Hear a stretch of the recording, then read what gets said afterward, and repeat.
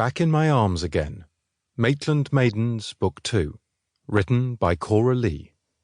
Narrated by Philip Battley. Dedication. For Jude, Barb and Mary, who bring out the best in my stories.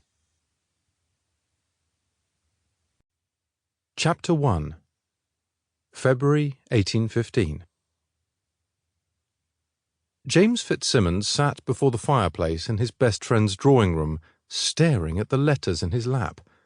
There were 3, each promising ruination and even imprisonment to the recipient should certain conditions not be met by Lady Day, the 25th of March, namely that a loan totalling the princely sum of £3,000 be paid in full. The sender was the powerful Earl of Grimsby. The recipient was James's father.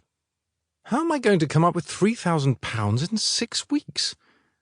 Stephen Eddington settled himself on a sofa at a right angle to James's chair, placing his elbows on his knees and resting his chin in his hands. Well, you can't borrow against the farm. James's father had done precisely that, igniting the fire that James was now trying to put out. I can't ask our neighbours for help. They're comfortable, but not so wealthy they could spare this kind of money, even if everyone we know contributed. And your father would be none too happy if they found out why he needed the money so quickly. Because the elder Fitzsimmons had shown exceedingly poor judgment in this financial matter. Grimsby's reputation marked the Earl out as deceitful and avaricious in his financial dealings, and less than gentlemanly even with the men of his own class. James scrubbed a hand through his hair and over his face. This would be a good time for a long-lost wealthy relative to appear and offer to make this all go away. Eddington straightened. That's a good idea. Not a relative, but perhaps you can find a patron who will lend you the money. I'll put up my own property as collateral if it will help. Oh, you're a good friend, Eddie, but I can't ask you to do that.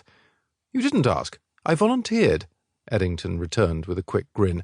That, together with the ledgers from the farm for the past several years, should be enough to convince a wealthy merchant or aristocrat to lend you the £3,000.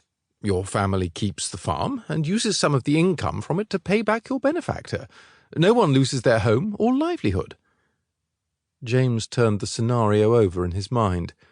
The Fitzsimmons farm had a long history of solid production, and the documentation to prove it, so that would be an incentive to a would-be lender. It was probably the inducement his father had used to obtain the £3,000 from Grimsby in the first place, though it wasn't worth that much outright. Sample complete. Ready to continue?